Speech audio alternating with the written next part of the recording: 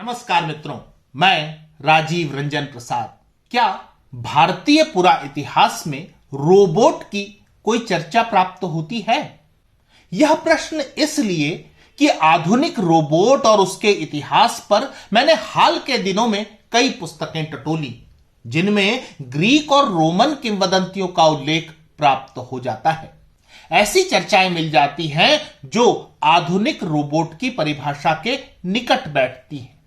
आश्चर्य यह कि इन पुस्तकों में ऐसे भारतीय यंत्रों का कोई उल्लेख ही नहीं जो रोबोट के अतीत की ओर इशारा करते हैं।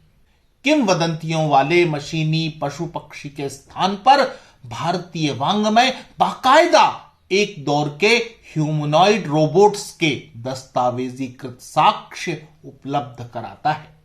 वे कैसे कार्य करते थे इसका भी उल्लेख है, लेकिन अचरज यह कि यह सब चर्चा में नहीं है।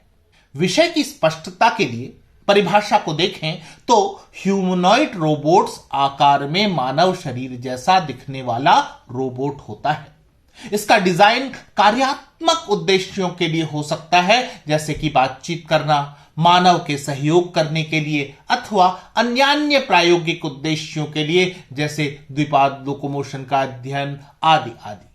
सामान्य तौर पर ह्यूमनॉइड रोबोट में एक धड़, एक सिर, दो हाथ, दो पैर होते हैं। कुछ ह्यूमनॉइड रोबोट शरीर के केवल एक हिस्से को दोहरा सकते हैं। कुछ ह्यूमनॉइड रोबोटों के सर भी मानव चेहरों की विशेषताओं जैसे आंखों और मुंह को दोहराने के लिए डिजाइन किए गए हैं। यह सब तो आज के विज्ञान की किताबें कहती हैं, लेकिन क्या प्राचीन भारतीय विज्ञान की पुस्तकें भी ऐसा ही कुछ दिशा निर्देश प्रस्तुत करती हैं?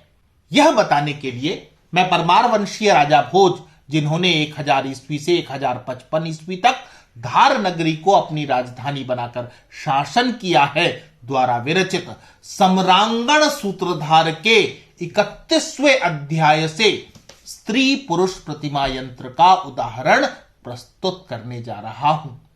हमें विचार करना होगा कि क्या स्त्री पुरुष प्रतिमा यंत्र वस्तुतः ह्यूमनॉइड रोबोट के प्राचीन ज्ञान अथवा दस्तावेजीकृत साक्ष्य ही हैं।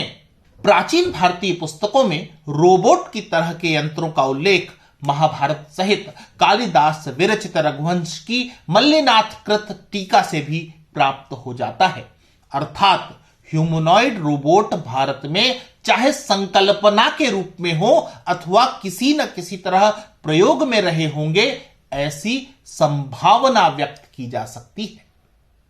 इस संबंध में हम आश्चर्य से तब भर जाते हैं जबकि हम राजा भोजकृत सम्रांगण सूत्रधार के 31वें अध्याय के श्लोक 101 से 107 का विशेष रूप से अध्ययन करते हैं। यह अध्याय है यंत्र विधानम, जिसमें अनेक प्रकार के रोचक और आश्चर्य में डालने वाले यंत्रों का विवरण प्राप्त होता है। सम्रांगण सूत्रधार के जिस संस्करण से मैं यह उल्लेख ले रहा हूं वह चौखंबा प्रकाशन से उपलब्ध हुई है तथा अनुवाद व संपादन डॉक्टर श्री कृष्ण जुगनू एवं प्रोफेसर भंवर शर्मा द्वारा किया गया है। अनुवादक व संपादक द्वय की यंत्राध्याय की भूमिका में ही टिप्पणी है कि ऐसा प्रतीत होता है कि समस्त वर्णन किसी पूर्ववर्ती ग्रंथ पर आधारित है और उस ग्रंथ का प्रयोग लोग बाजीगरी के लिए करते थे, परंतु खलों के हाथों दुरुपयोग से बचाने के लिए उसका विशेष वर्णन कहीं नहीं करते। यह बात स्त्री पुरुष प्रतिमा यंत्र अथवा उस ह्यूमनॉइड रोबोट के विषय में सही जान पड़ती है जिसका विवरण राजा भोज द्वारा अपनी इस कृति में किया गया है। जो भी जानकारी हमारे सामने है वे इस यंत्र की संचालन तकनीक पर चर्चा नहीं है, लेकिन इसके आकार प्रकार और क्या क्या कार्य लिए जा सकते थे आदि का प्रस्तुतिकरण है। यदि स्त्री पुरुष प्रतिमा यंत्र के निर्माण की विधि भी ग्रंथ में प्रदान की गई होती तो सचमुच यह उल्लेख पूर्व हो सकता था। आशावादिता कहती है कि संभव है इस अधूरी जानकारी का दूसरा हिस्सा किसी अज्ञात पांडुलिपि में अवश्य हो जो अब तक हमें अप्राप्त है। स्त्री पुरुष प्रतिमा यंत्र के परिचय के प्रारंभ में लिखा गया है, अथ दासादि परिजन वर्गेर्विना तत्कृत्याना सर्वेशा यथा वन्यहणाय कल्पितस्य स्त्री पुरुष प्रतिमा यंत्र घटना। अर्थात घर पर सेवक और परिजन न हो तो उनके कार्य का संपादन करने हेतु काष्ठ निर्मित स्त्री पुरुष प्रतिमा यंत्र का वर्णन। यहां ध्यान दीजिए कि इस यंत्र से आधुनिक ह्यूमनॉइड रोबोट की संकल्पना की तरह सहयोगी अथवा सेवक का कार्य लिया जाना है। इसे राजा भोज आगे अधिक स्पष्ट करते हुए लिखते हैं, दृग्ग्रीवातल हस्त प्रकोष्ठ बाहुरु हस्त शाखादि सछिद्र वपुरखिल तत्संधिषु खंडशो घटयेता। अर्थात ऐसे यंत्र मानव का निर्माण करें जिसमें आंख, गर्दन, तल हस्त प्रकोष्ठ, बाहु, उरु, हस्त शाखा अर्थात उंगलियां आदि भी हों।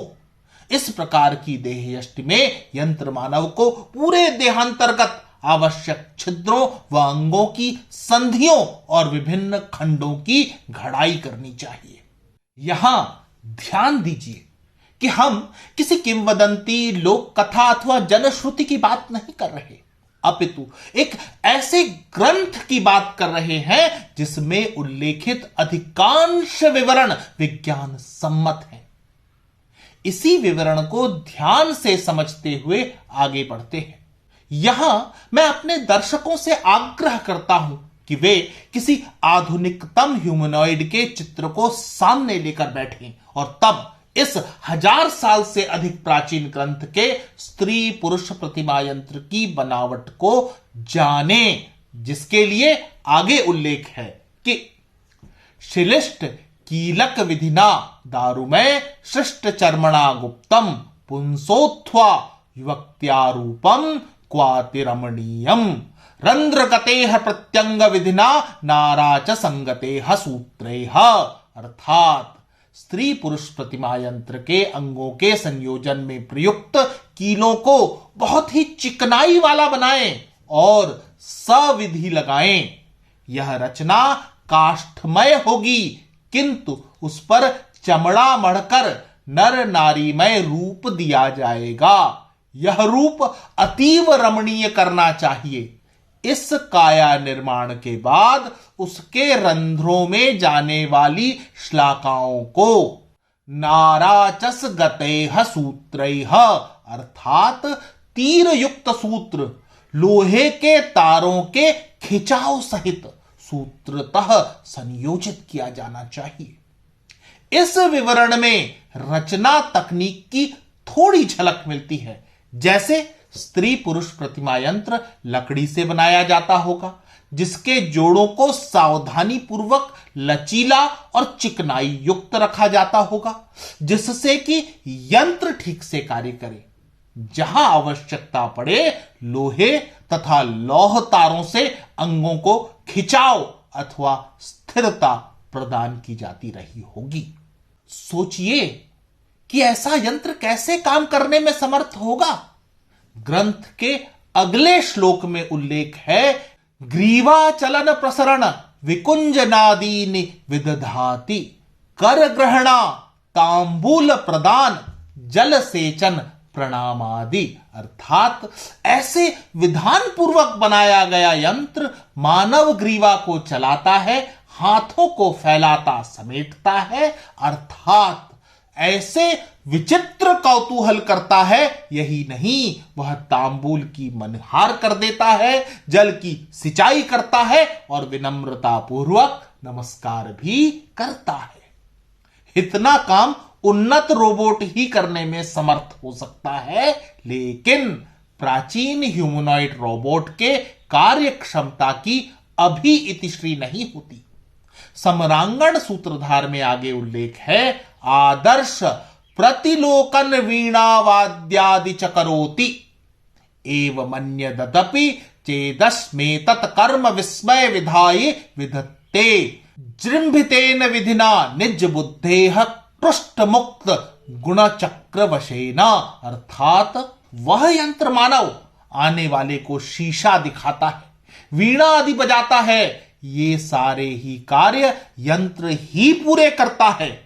इस प्रकार पूर्व में कहे गए गुणों के वशीभूत होकर चक्रीय विधि के अनुसार संचालक की बुद्धि के अनुसार प्रदर्शन करने लगता है।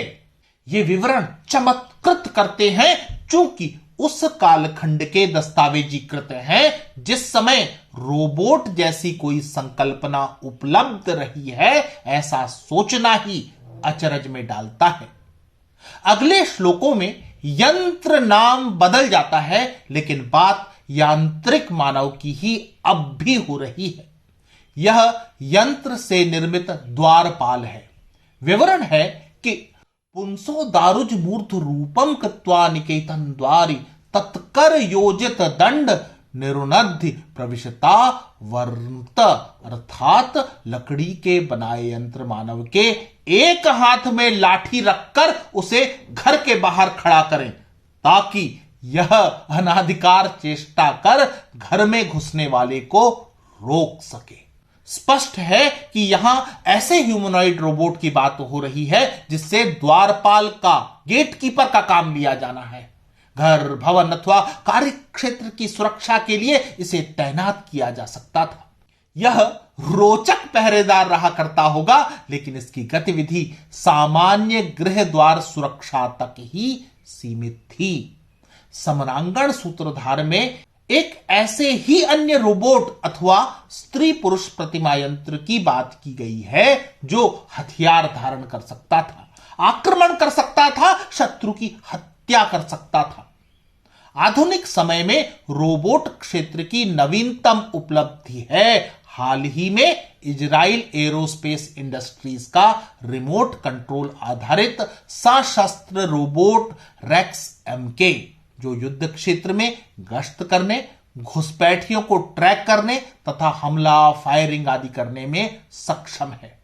चलिए इस आधुनिक विवरण से पीछे हजारों साल पीछे चलते हैं और भारतीय रोबोट की संकल्पना को सम्मिलित करते हुए इस उल्लेख को देखते हैं कि खड़ग हस्त मथ मुद्रर हस्त कुंत हस्त मथवा यदि तत्स्यात् तन्निहंति विष्टो निशि दौरान द्वारे संवृत मुखम प्रसभेना। अर्थात यदि उक्त काष्ठ रचित यंत्र मानव के हाथ में तलवार, मुदगर, भाला प्रदान कर देवे तो वह रात्रि में प्रवेश करने वाले चोरों और अपना मुख छुपाकर आने वाले घुसपैठियों को मार सकता है। आज के समय में रोबोट ने धीरे धीरे मनुष्य के श्रम को अपने कंधों पर लेना आरंभ किया है। यहां तक कि अनुसंधान और चिकित्सा क्षेत्र में भी इसने बड़े कीर्तिमान रचे हैं।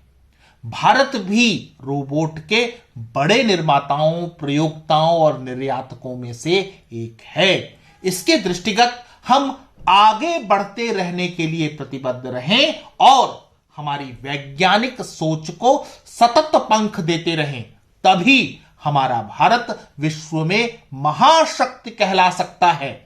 साथ ही साथ हमें अपने इतिहास की ओर भी जागरूक और सजग रहना चाहिए। आज की सुंदरतम इमारत तभी मजबूत हो सकती है जब उसकी बुनियाद मजबूत इतिहास पर लिखी गई हो। हम अपने इतिहास से ही अनभिज्ञ हैं, तो एक दिन हमारी प्रगति भी जड़हीन हो जाएगी। मित्रों, आज इतना ही। फिर मिलता हूं ऐसे ही किसी ऐतिहासिक संदर्भ के साथ। अगर आपको मेरा यह चैनल पसंद आ रहा है तो कृपया इसे सब्सक्राइब करें। आप इस प्रस्तुति को लाइक या शेयर भी कर सकते हैं। नमस्कार।